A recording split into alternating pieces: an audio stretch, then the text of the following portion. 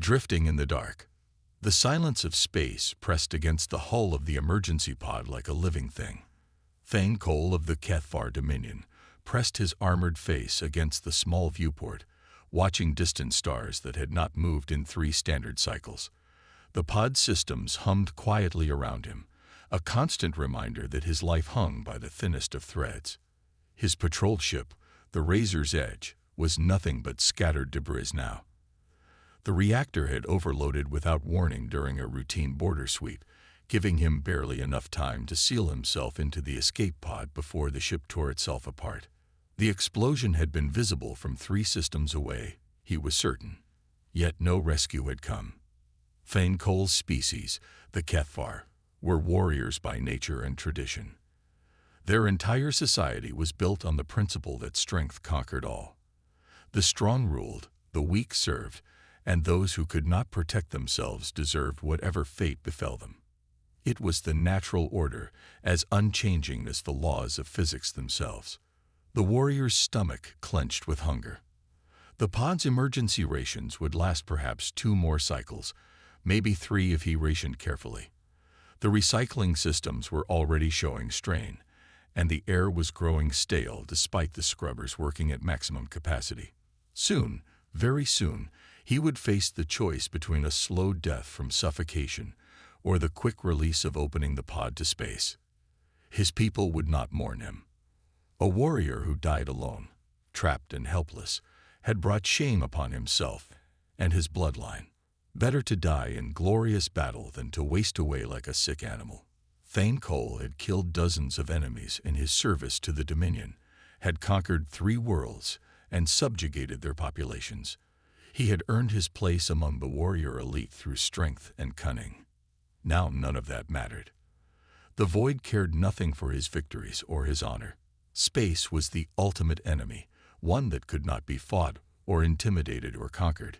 It simply was, vast and empty and patient.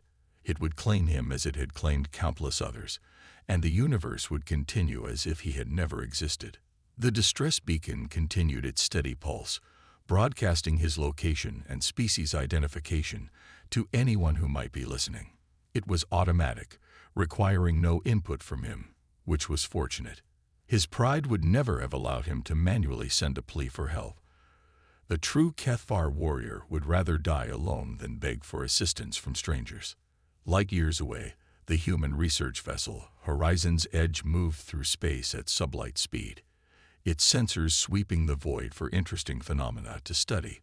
The ship was not large by human standards, designed for long-term scientific missions rather than combat or transport.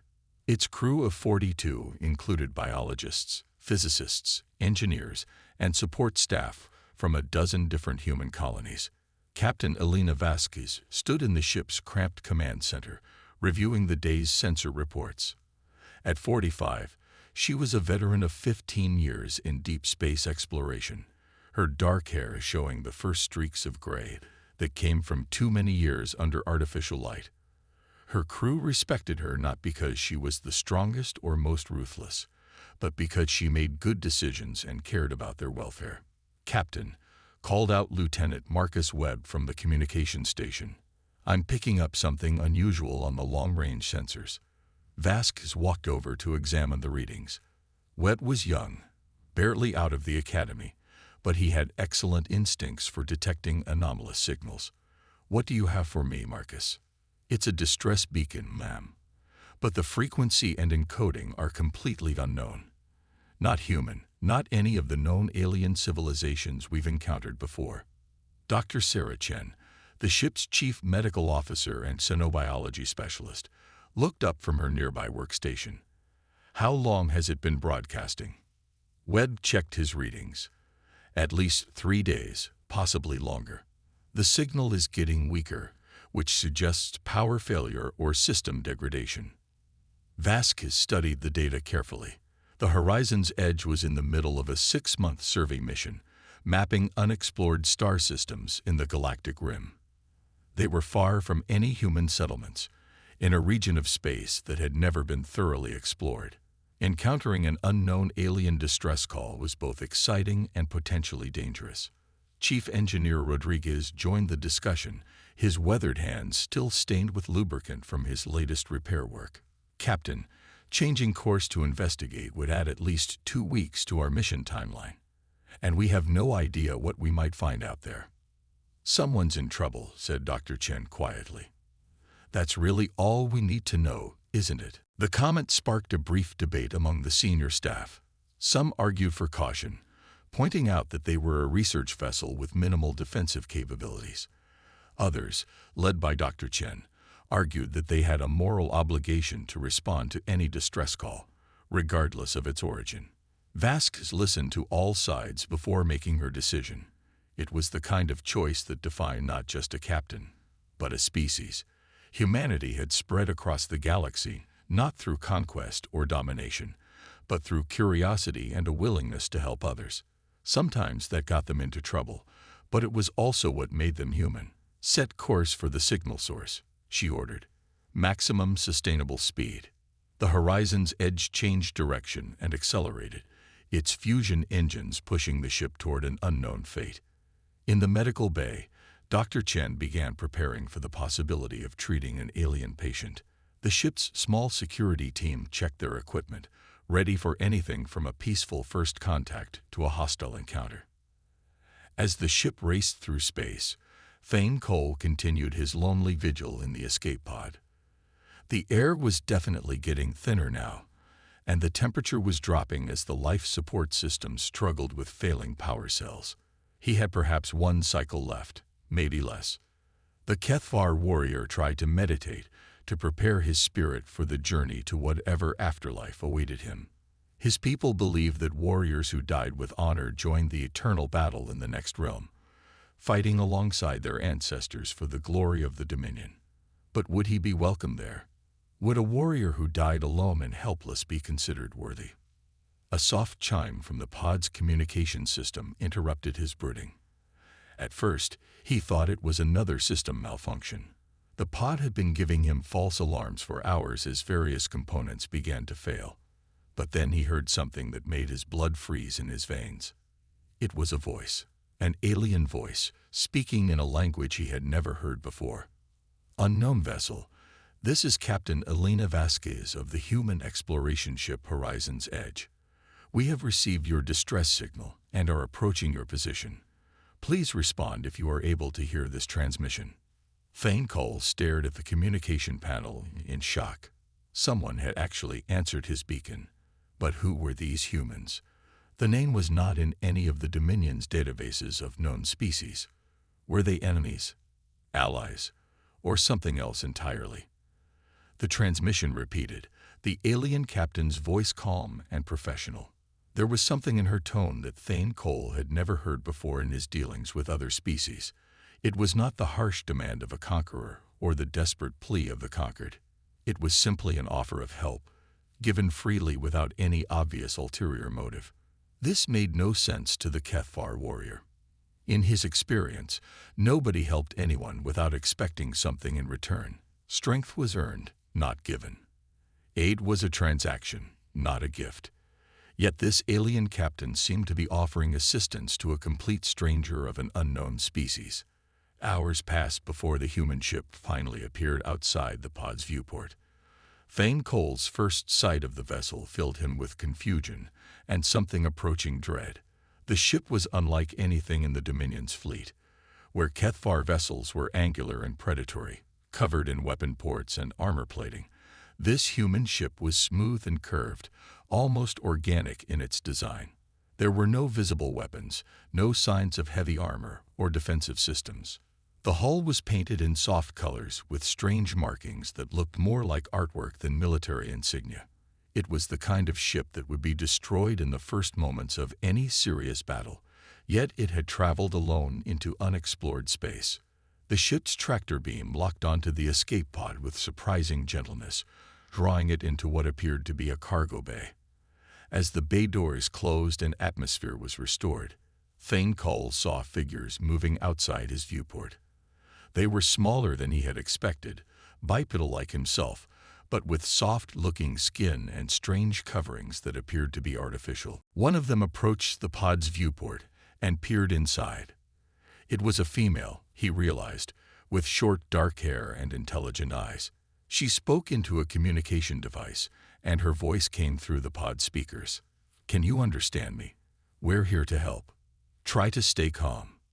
The words were being translated by some kind of universal language processor, but the meaning was clear enough. These aliens were offering to help him, a warrior of a species they had never encountered before. They had no way of knowing whether he was friend or enemy, yet they seemed genuinely concerned for his welfare. Other figures joined the first, working together to open the pod's damaged hatch. Thane Cole watched in amazement as they cooperated seamlessly, each person contributing their skills to the task. There was no shouting, no competition for dominance, no apparent hierarchy beyond the practical division of labor. When the hatch finally opened, the female alien stepped forward with her hands empty and visible. "I'm Dr. Sarah Chen," she said calmly. "Can you move, or do you need assistance?" Thane Cole tried to stand but found his legs too weak to support his weight. The combination of low gravity, poor nutrition, and days of confinement had left him barely able to function. He expected the aliens to show disgust or contempt at his weakness, as his own people would have done. Instead, they simply brought over a stretcher and carefully lifted him onto it. The female doctor checked his vital signs with strange instruments, her touch gentle and professional.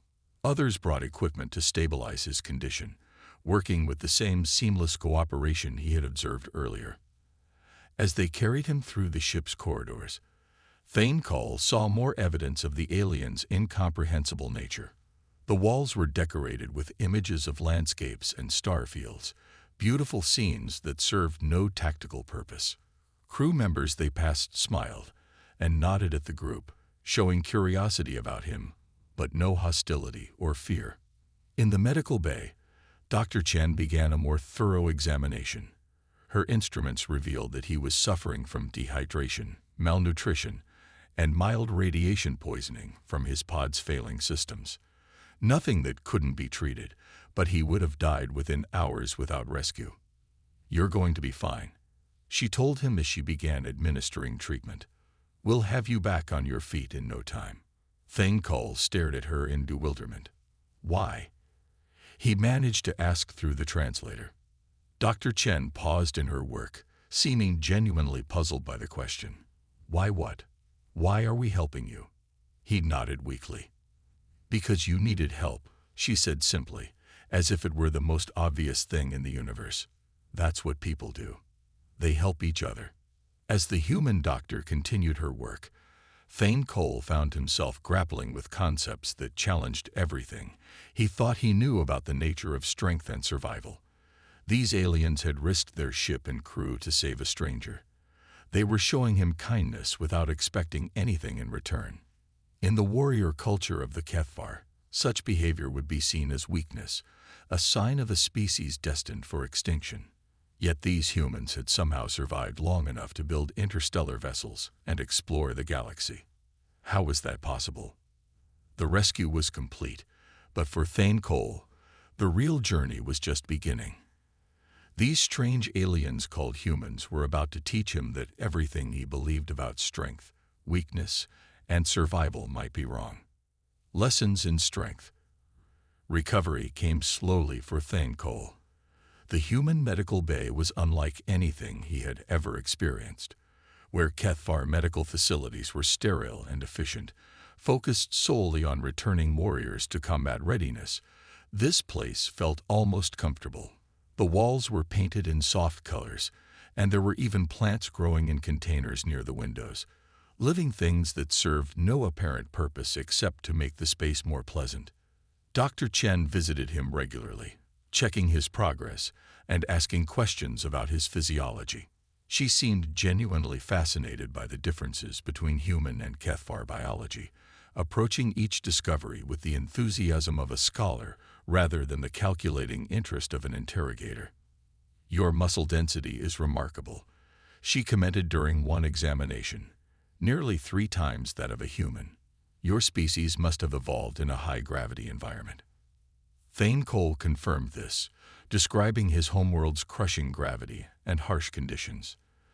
Dr. Chen listened with obvious interest, asking follow-up questions about his people's adaptation to their environment. It was the kind of conversation he might have had with a fellow warrior comparing battle techniques, except this human seemed interested in knowledge for its own sake, rather than for tactical advantage. Through the universal translator that the humans had provided, communication became easier. Thane Cole learned that the device was a marvel of human engineering, capable of analyzing speech patterns and building translation matrices in real time. His own people had similar technology, but theirs was designed primarily for interrogating prisoners and extracting information from conquered populations. Captain Vasquez visited him on his third day aboard the ship. She entered the medical bay with the bearing of a commander, but her demeanor was more curious than authoritative. Thane Cole had expected either aggressive questioning about his military capabilities or demands for information about Kethvar technology. Instead, she simply asked how he was feeling. "I am recovering," he replied carefully. "Your doctor is skilled." Dr. Chen is one of the best xenobiologists in human space, Vasquez said with obvious pride. "She's saved more lives than I can count, both human and alien." This puzzled Thane Cole. "You have encountered other species before." "Several. Some friendly, some not so much, but we try to find common ground with all of them. Understanding each other is usually the first step toward peace." Peace. The concept seemed alien to Thane Cole, who had been raised in a culture where conflict was the natural state of existence. You seek peace with other species, even if they are weaker than you. Vasquez gave him a look he couldn't quite interpret. "Especially then, what's the point of picking on someone weaker than you? Where's the honor in that?"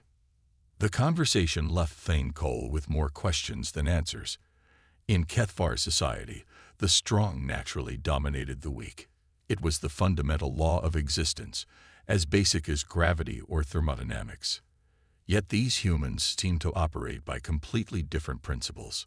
Over the following days, he observed the crew through the medical bay's windows and during his brief walks through the ship's corridors. What he saw continued to challenge his understanding of how intelligent beings should behave. The humans worked together with a seamless cooperation that would have been impossible among his own people. He watched Chief Engineer Rodriguez directing a complex repair operation, coordinating the efforts of nearly a dozen crew members. In Kethvar culture, such a task would have devolved into a power struggle as each warrior tried to assert dominance over the others. Instead, the humans seemed to naturally fall into roles based on their skills and expertise. Rodriguez was clearly in charge, but his authority came from knowledge and experience, rather than physical strength or political maneuvering. When a junior engineer suggested a better approach to solving a particular problem, Rodriguez listened carefully and implemented the suggestion without any loss of face or status. Even more remarkable was how they treated their mistakes. When one crew member accidentally damaged a critical component, Thane Cole expected harsh punishment, or at least public humiliation. Instead, the others simply worked together to fix the problem while the offender learned from the experience. There was no shouting, no violence, no demonstration of dominance through pain. Dr. Chen noticed his fascination with the crew's behavior. "You seem surprised by how we work together," she observed during one of their sessions. "Your people show no hierarchy," Thane Cole said. "How do you maintain order without a clear chain of dominance?" "We have hierarchy," Chen replied. "Captain Vasquez is in command. I'm head of the medical department. Rodriguez runs engineering. But our authority comes from responsibility, not power. We're not trying to dominate each other. We're trying to accomplish our mission. And if someone challenges that authority..." Chen smiled. "Then we have a discussion. Maybe they're right, maybe they're wrong. But we figure it out together." This concept of collaborative leadership was so foreign to Thane Cole that he struggled to understand how it could possibly work. Yet he could see the results all around him. The human ship ran smoothly. The crew was efficient and effective. And their scientific mission was proceeding ahead of schedule. His understanding of human nature took another dramatic turn when the ship encountered an emergency. Lieutenant Webb detected an incoming distress signal from a civilian transport that had suffered a catastrophic engine failure.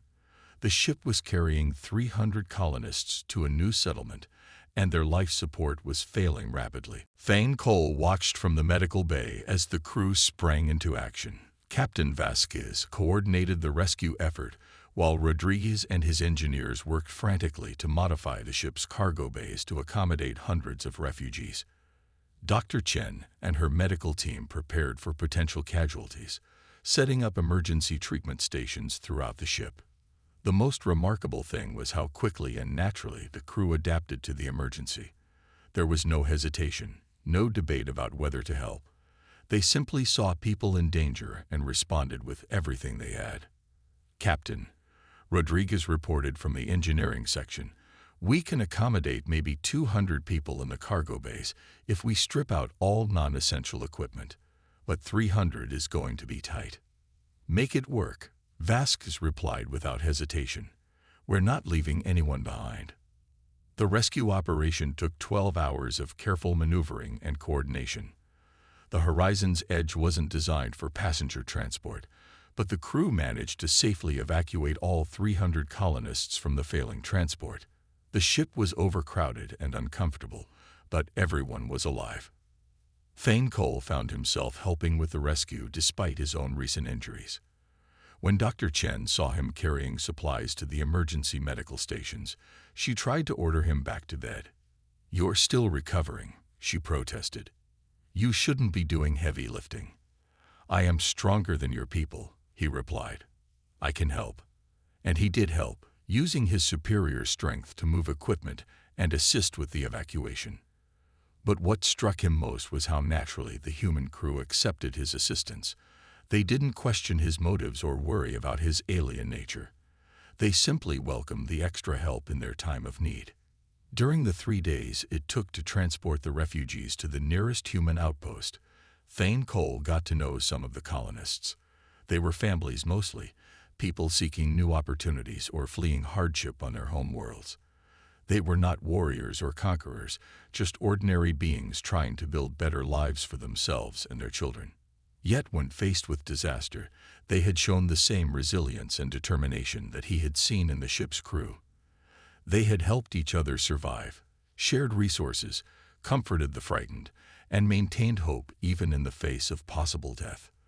"This is what we do," explained Maria Santos, one of the colonists, when Thane Cole asked about their behavior during the crisis. She was holding her young daughter, who had been terrified during the evacuation, but was now sleeping peacefully.